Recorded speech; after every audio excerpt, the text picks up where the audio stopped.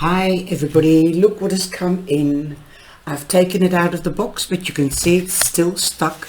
So here we go. I've got another deck. Let's see what it is. I know what it is, but I'm not going to tell you until it's open. I love doing this with you and I love sharing this. Again, it's from Red Feather, and I'll keep that sticker on my leg from my camera on my tripod.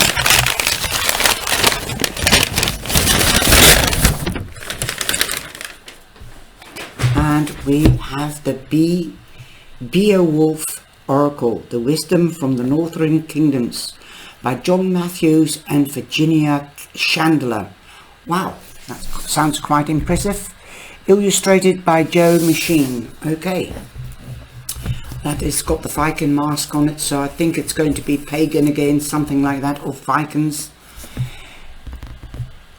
Hewitt, listen up.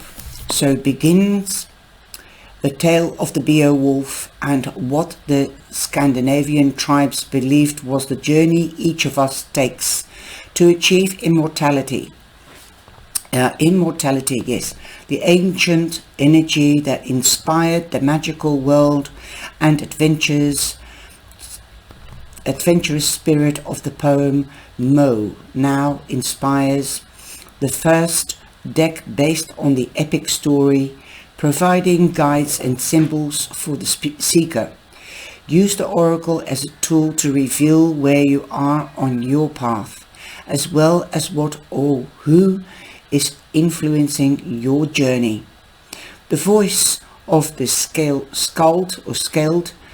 the poet of the Viking age, coming through this oracle, leads you to an inner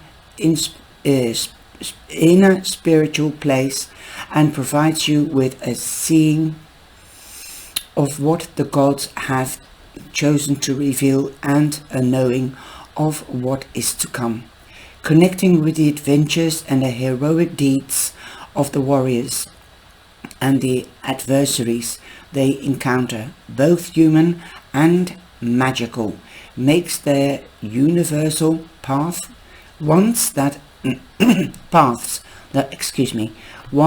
affected all who read about them. Courage them, seeker, in your quest. It is $29.99. I'll leave the BSN number in the description box. Do you wish to order it? So now we're going to open it up. So I don't want to damage it, as I always say, and it is less tightly packed, so you can put something sharp in there to peel open the corner. I love the color because it's like, I call this petroleum blue. Right, this is getting hard to rip off. And the Beowulf, I think that was a film. And also a series on BBC, if I'm correct. I did watch some episodes, but I found it quite interesting, but also it slides out. It's like a drawer. It's really sturdy box. The emblem of the red feather is there again. Great stuff.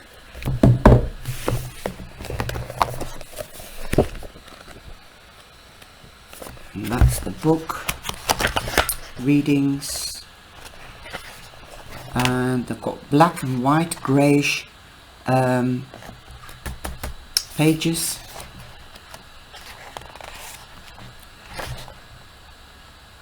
Skull, meaning what shall be. Old Norse skull. She represents the future. She's also the Valkyrie, one of the women who ride in a host of above battlefields, judging the lives of the fallen and taking the spirits to those deemed worthy of Valhalla. So yes, and you've got some rune signs, so anybody that does runes, that's really nice to have that.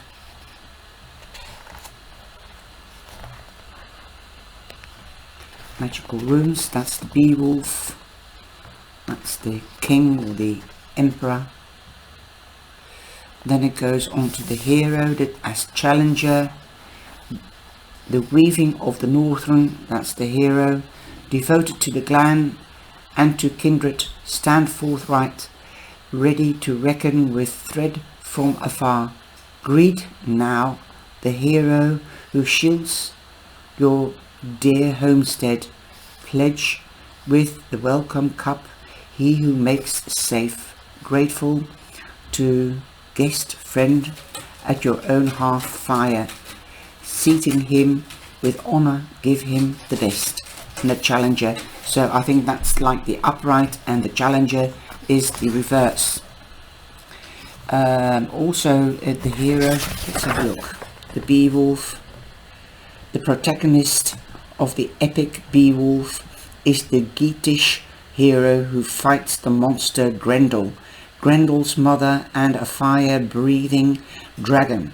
In his youth he personifies all the finest values of heroic culture. In his old age he provides a wise and effective ruler. And it's coming back to me now, the film. Let's just take this out. It's quite a thick book. My thought when my warriors and I set to sea and sailed in our ship is that I would toil for the good of your people, in full or battle fall to fate. Within the monster's strong grasp, I'm fixed to do a warrior's bold feat, or finish the days of my life here in the Hall of King. And if I remember correctly, the story goes that way back the Beowulf started up the life, the family inheritance or inheritry. He was the king, and then his children came and they started to fight against each other. I think that was the story. And then other clans came in as well.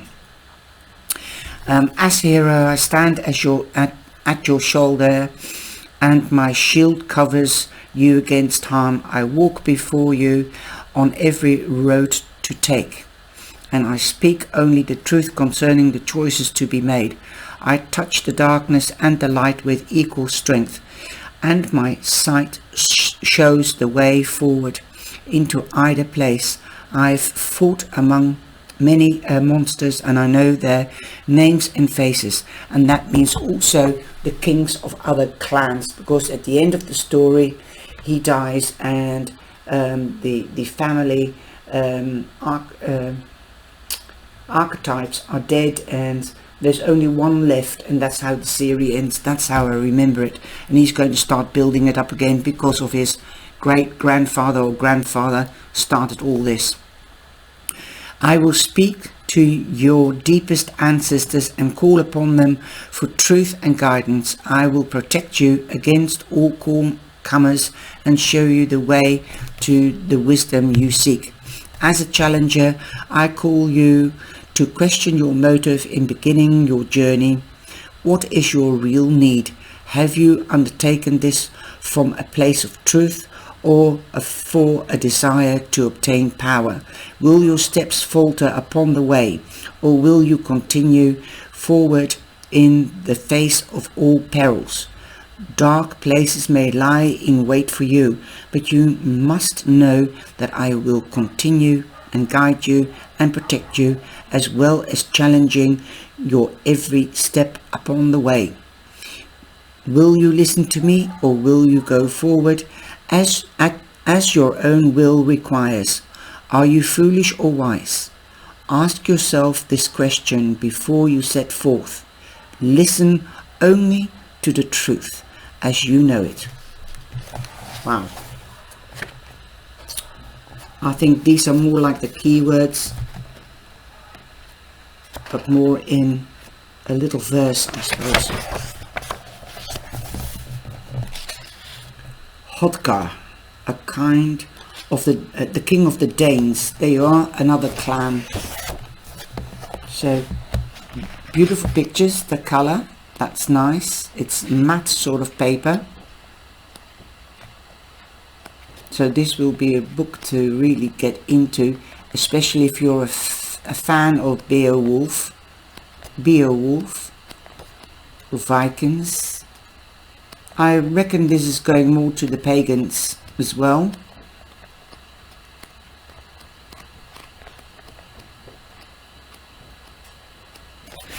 The World Tree and the 9 Realms. Okay, so it's like a family tree, and here you've got all the clans.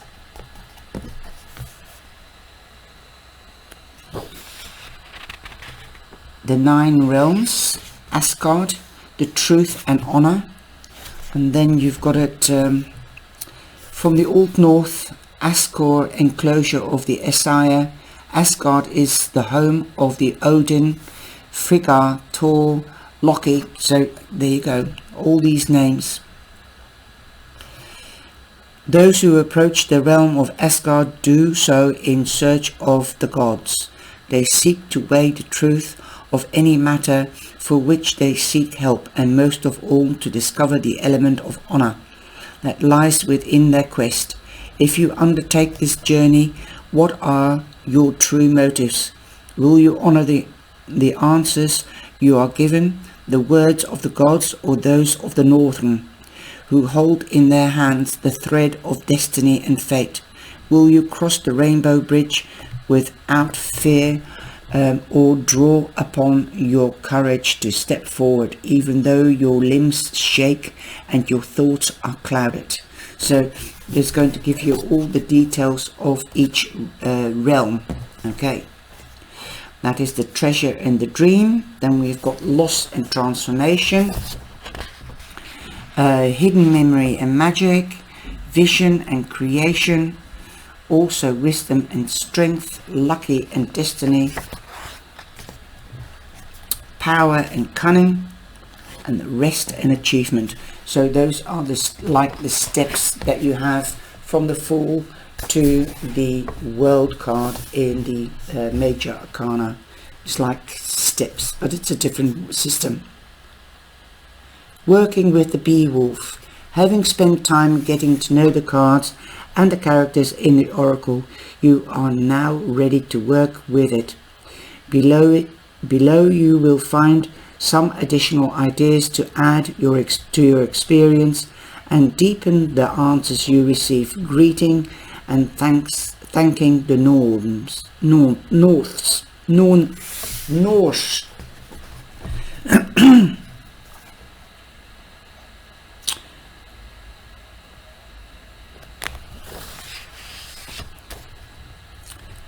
This is the Herod spread. That is 15 cards.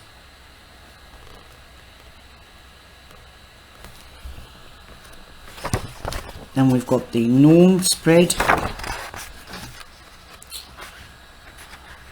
the Hunting spread, 10 cards, Rune Messages.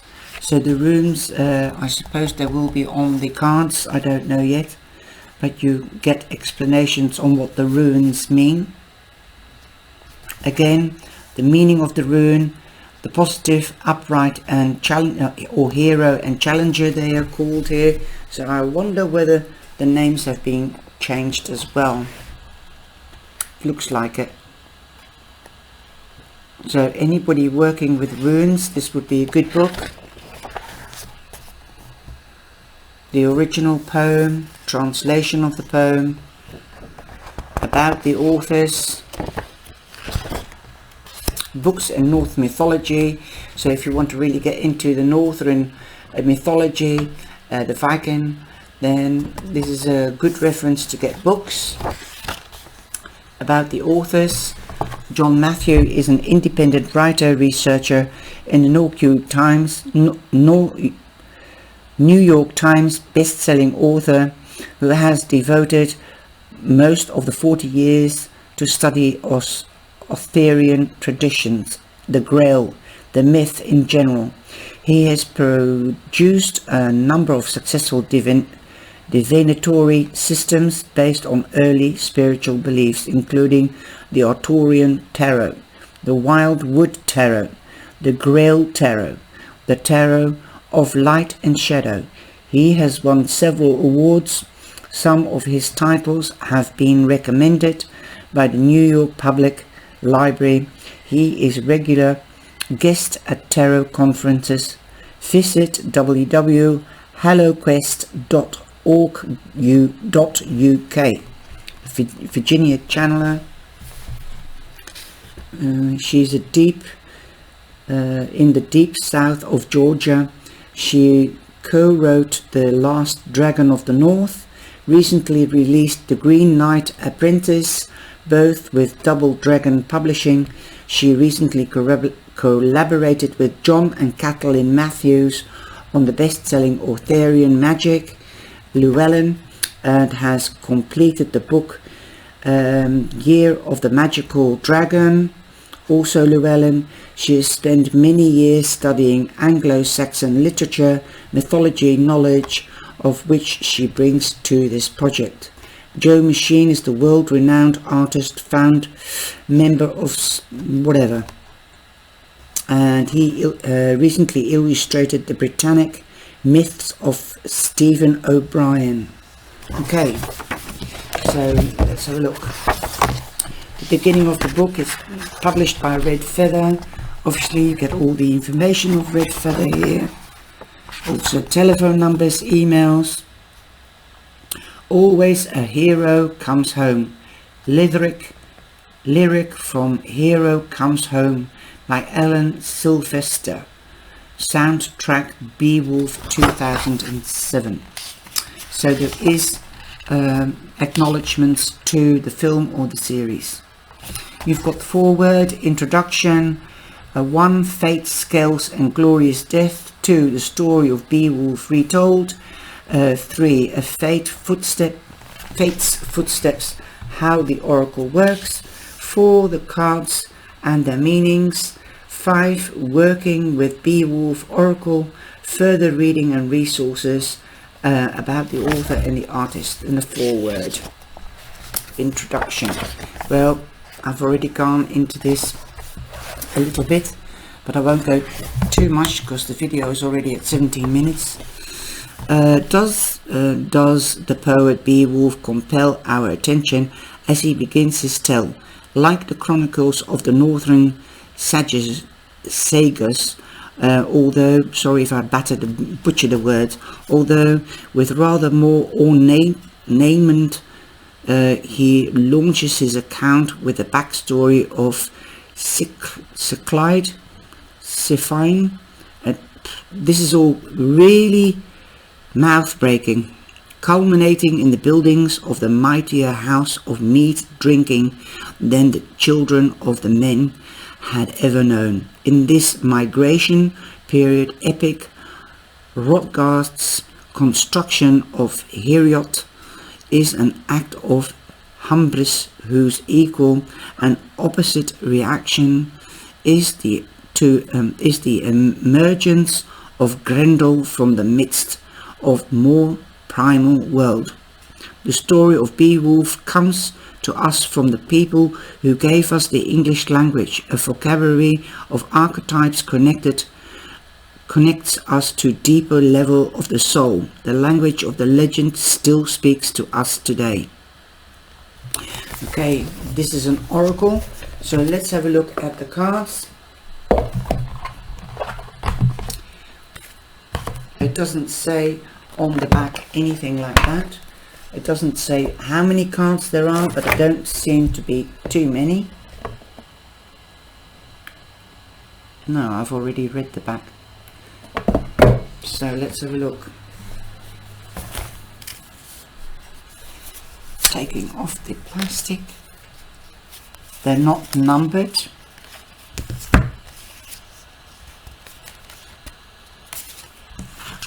So I don't know. I think it begins with Beowulf. Let's have a look at the book.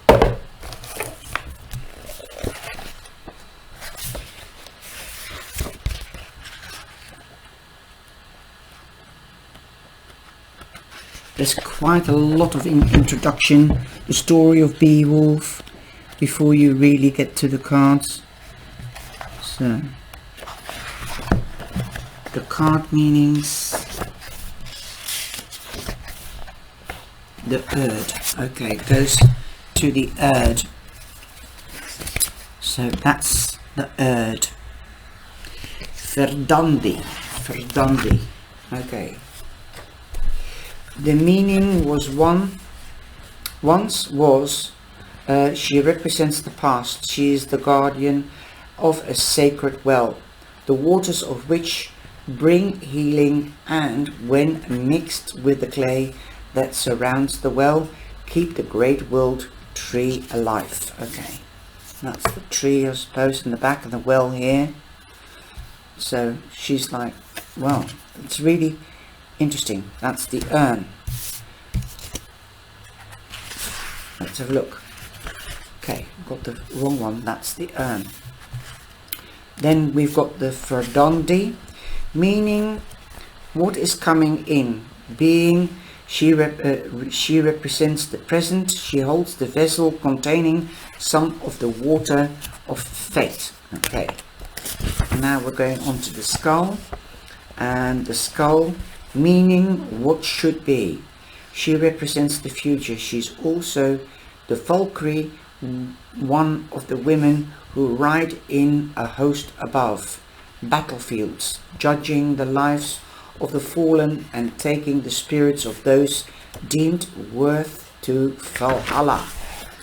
Okay, so I think that's the future, that's the present, that's the past, the future. Just thinking. And then that's the suits, I suppose. I don't know.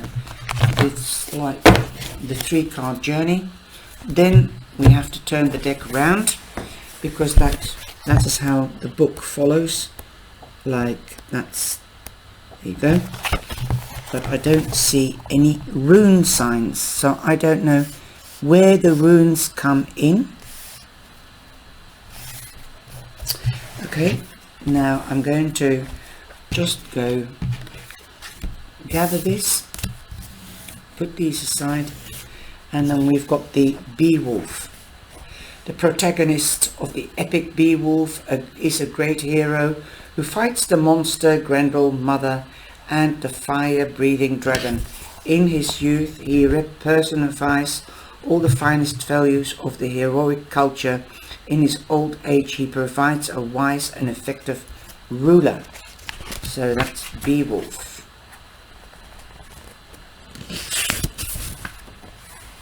This is Gothard. They're not in order. How frustrating.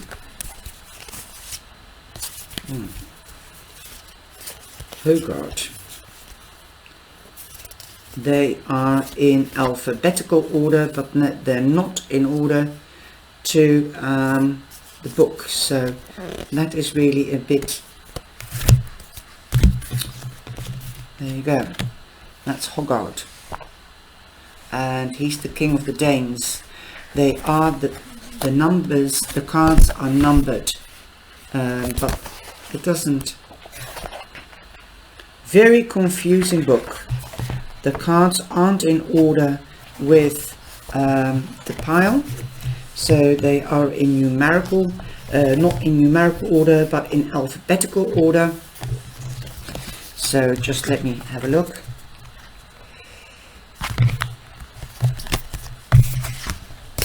Should be like that. So that's Hothar, the king of the Danes. In Hogard enjoys military success, prosperity until Grendel terrorizes his realm, a wise and old age ruler. Hogard represents a different kind of leadership from that exhibited by the youthful warrior Beowulf. He is father figure to Beowulf and a model for the king of king that Beowulf becomes. Okay. Then we have the, again, not in order. That's the order of the book. Wilfio, the Hogard's wife. the gracious queen of the Danes. Well, Theo sees and knows much. Her sturdy strength holds Heorot together, and Hogarth despairs from Grendel's relentless attacks. When Beowulf and his companions arrive, the wee Tho welcomes them with a hero's toast.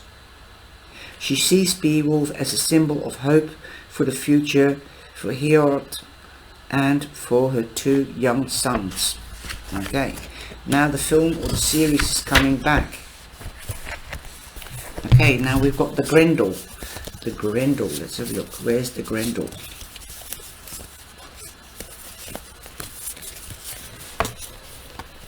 That's the Grendel. It looks really disorganized, I'm sorry guys. A monstrous creature guilty of murder, Grendel is exiled from his clan. Envious of the joy that observes in Heorot, Grendel brings misery and death by preying on Hogarth's warriors as they sleep in the king's mead hall. His ruthless and miserable existence is part of the retribution exacted for his hideous crimes. Grendel fits solely within the ethos of vengeance that governs the world of Beowulf, as both perpetrator and prey. Okay, so he's the baddie. Then we've got Grendel's mother. Okay, Grendel's mother, an unnamed swamp hag. Grendel's mother seems to possess even fewer human qualities than Grendel, although her terrorization of Heorot is explained by her desire for vengeance for death of her son, a human motivation. Here she watches over the greater cauldron of life, upon which are depicted many facets of human activity. Wow. Okay, then we've got the dragon.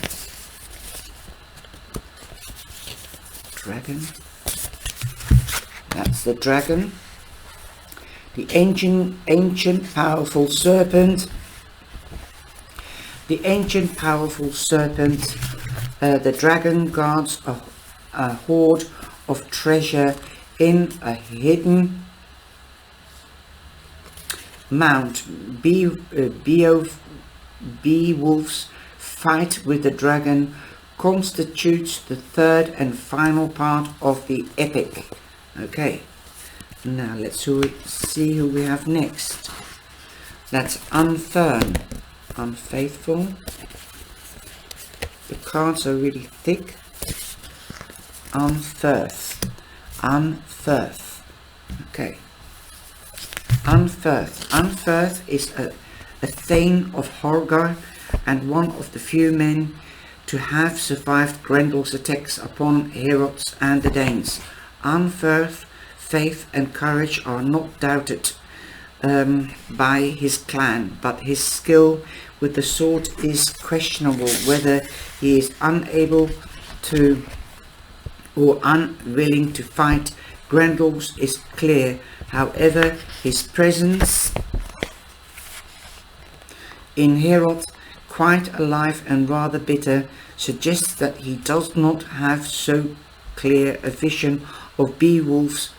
Yet it is Unferth who will gift Beowulf with hunting, a mighty blade, and eventually hail Beowulf as saviour of the Danes. Then we have Brecca, and in the book you've got the rune sign. I see you've got the rune, so here you go, Brecca. So that's where the runes come in, but you don't see him on the shields or on the cards at all. That's a pity.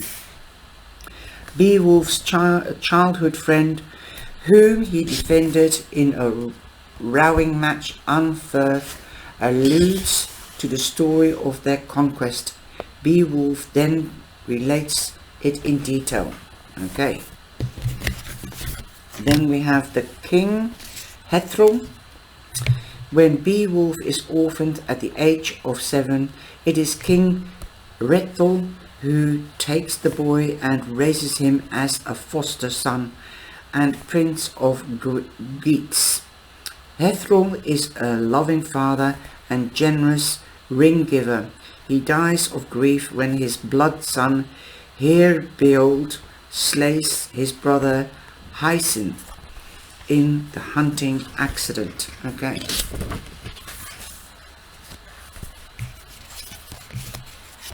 Shield Sheevan. Let's look. That's the one. And this is the next one. The legendary Danish king from whom Håkard is descended. Sheevan is the mythical founder who inaugurates a long line of Danish rulers and embodies the Danish tribe, highest value of heroism and leadership. Okay, wow, I'm just reading what they do and where they come from. I think one has to spend quite some time reading the book before they can understand the full science of the full meaning of the sign. So this is High Gaelic. The Geatish king was the son of Hrethel and brother of Beowulf's mother, making him the hero's blood uncle and foster brother. High Gaelic is mighty warrior and battle leader as well. His role as warrior who is blessed by the gods was perhaps best amplified when he arrived just in time to save a group of Geatish warriors who were being overrun by the Swedish thanes of King Ongentheow. The Old English word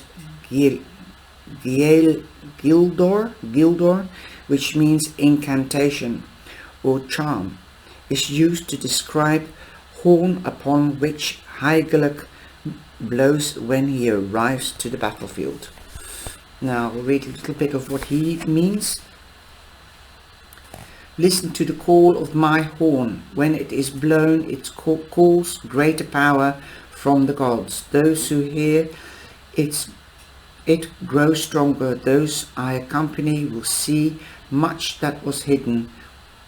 They will be called upon to look within and to see the patterns that shape their lives, from past to present to future. As the Norns decree, I stand at your side and defy the things that make you weak. So I suppose he's a protector. Now we're going on to let's have a look. Thelo.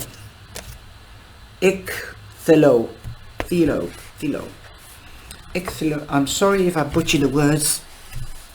Beowulf's blood father was a member of the Waig monk tribe. Ecthio's fame was well known in the northern lands. Ecthio's name indicates a particular skill with a sword, and he's called a noble battle leader. During his younger days, a blood feud arose between Ecthio and the Wolflings tribe after Ecthio slew a man from their kindred. Either the Wolflings refused Ecthio's world guild offer, or more likely Ecthio had nothing of enough value to offer as were guild to settle the feud.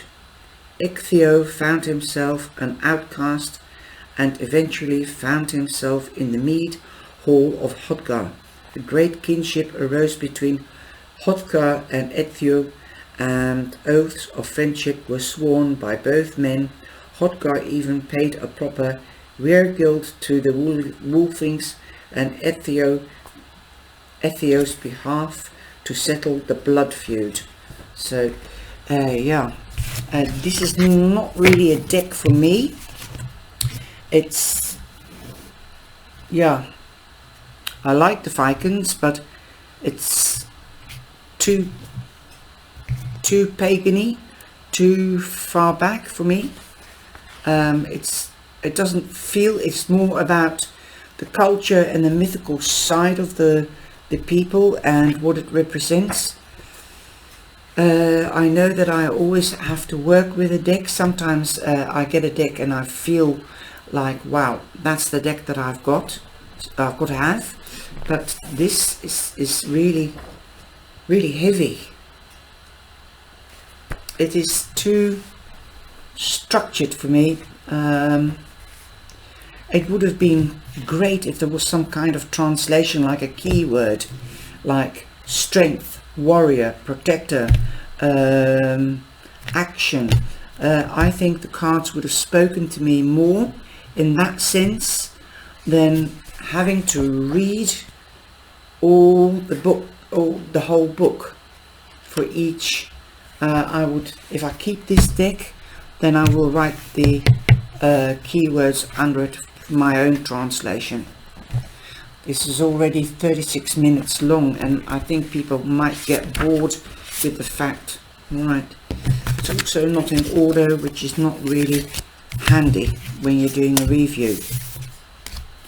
We've got Hrothulf, this rather shady character of Hrothgar's orphaned nephew, the Beowulf. After Hrothgar's death, Hrothulf usurps Hrothgar's throne from his sons and declares himself as the ruler of Glans. Thus he is both king, slayer and oath breaker.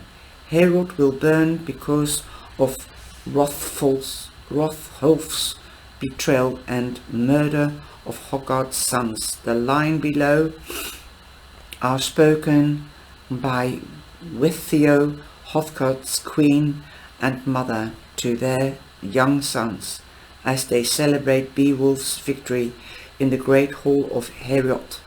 She sees the shadow upon Hrothulf and worries for the future.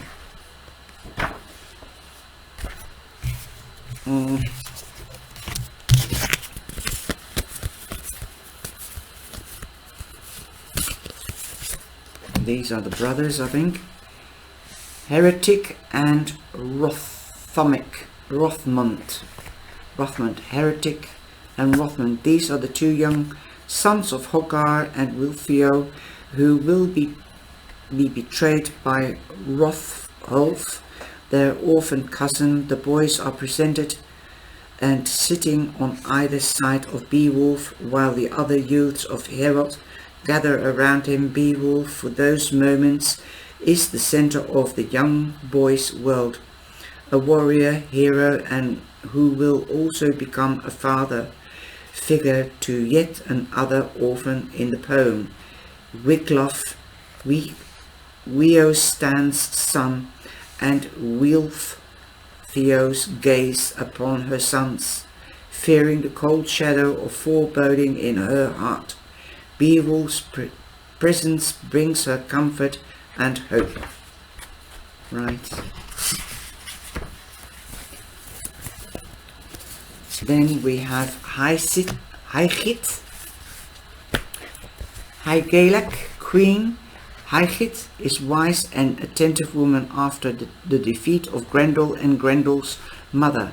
Haigit graciously greets Beowulf and his warriors upon their victorious return to Greatland.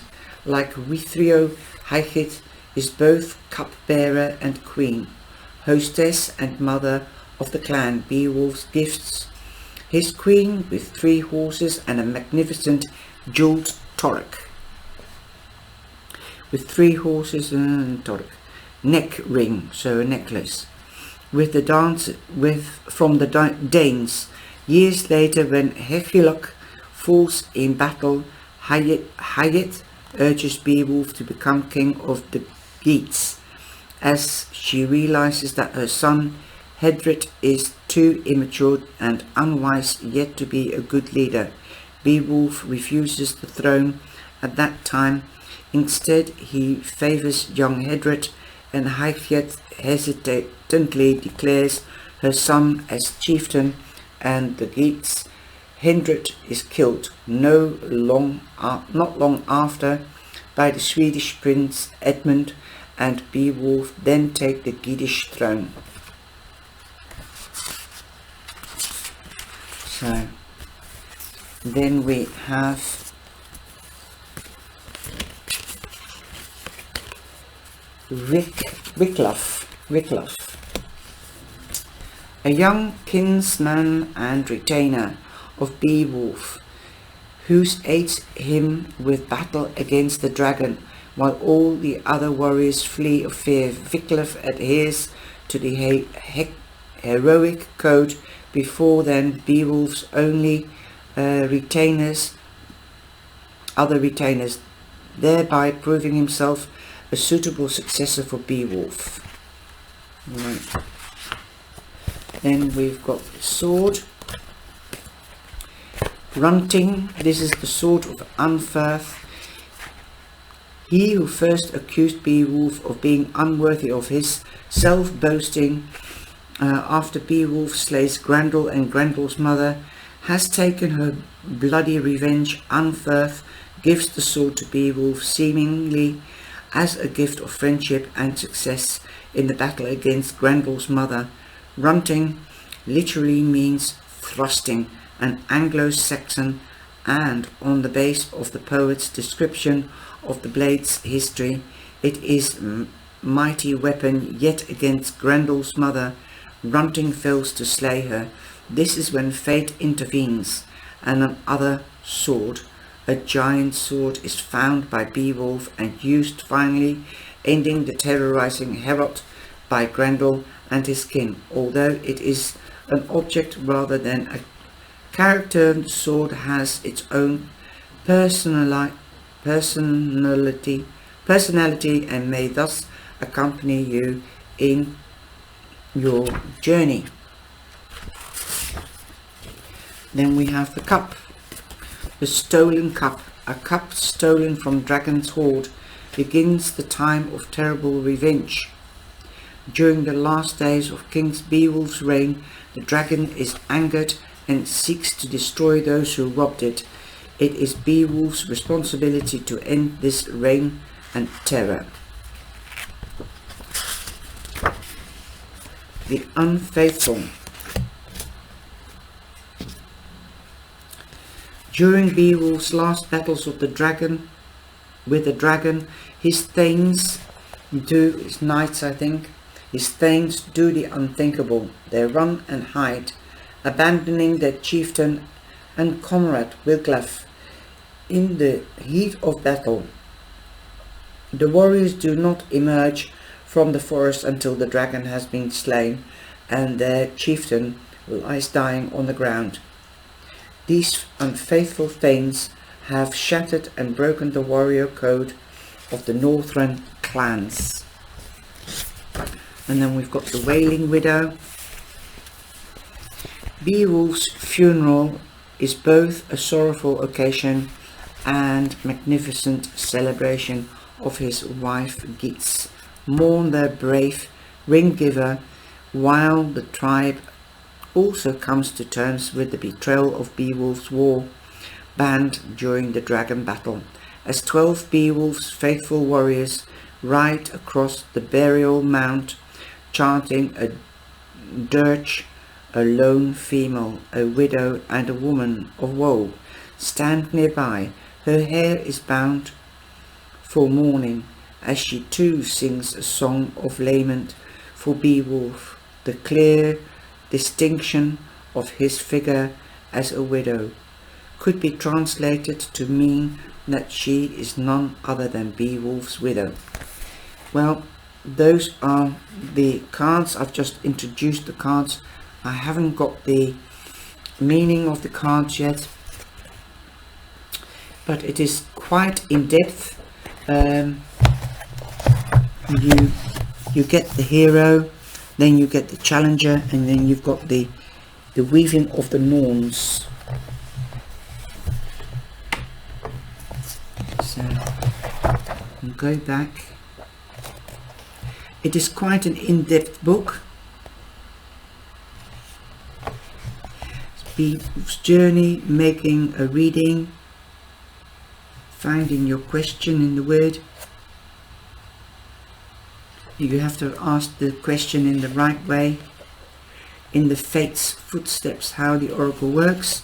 The universal appeal to the Beowulf's poems stem from the primal quality of the tale itself, which deals with struggles and overcomes obstacles, the heroism and containing search for fulfillment and fulfilling life, the adventures of heroic deeds of the warriors bound together in fellowship, along with the adversaries they encounter, both human and magical, make their paths ones that affect everyone who reads about them. So I think you have to really read this. It's really quite a lot of information, so I don't think this review will sound really interesting. Let me know, please. But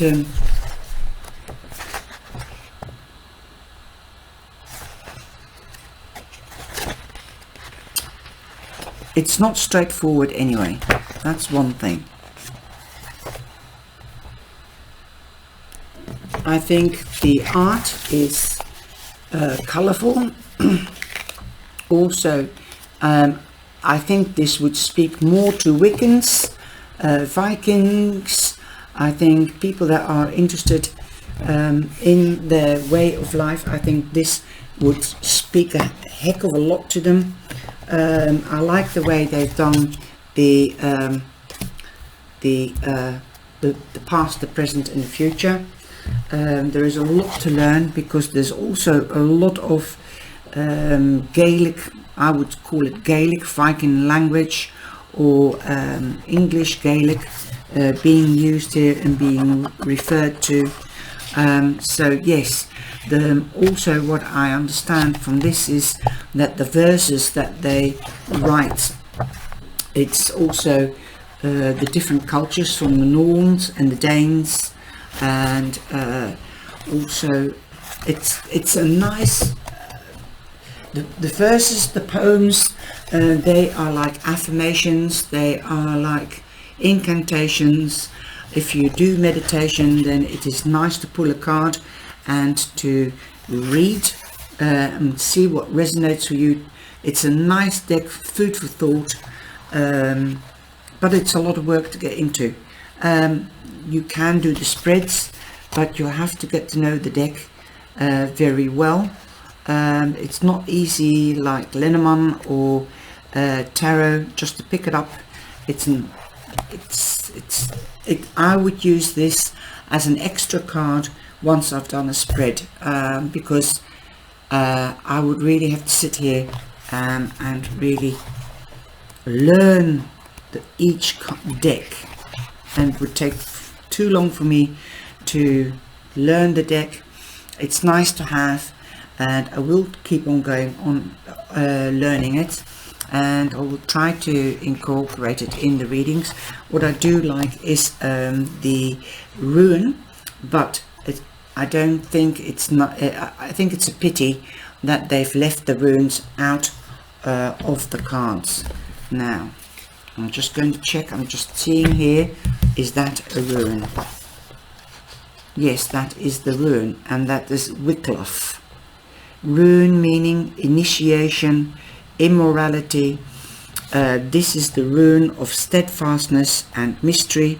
The rune symbolizes endurance and enlightenment. So some of the cards do have the rune. That's one. This is two. That's another one. Let's have a look. I think that's one. Yes, that is one. That symbolizes stillness and self-control. This is a rune of focus and self-image. The rune symbolizes identity and stasis. Okay, let's have a look.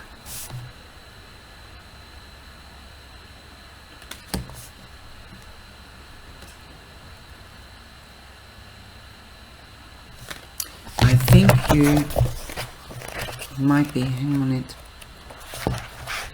every like gaelic, I don't see the X anywhere on the card. That would have been helpful because that would relate to the book. Now you've got to learn each card separately and also relate the rune. So if it was my deck, then I would, in the bottom or somewhere else, if I don't see the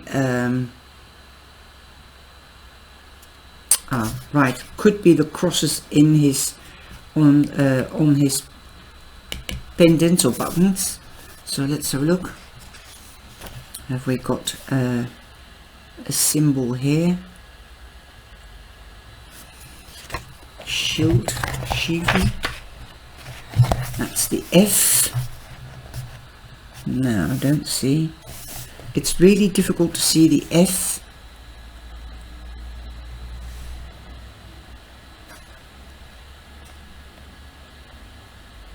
Again, he's got a pendant, but I can't see it clearly.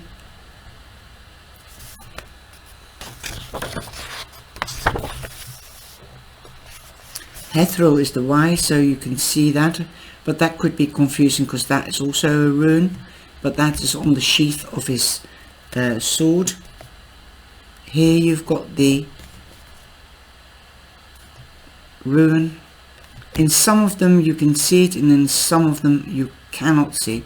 There again, it's on the button.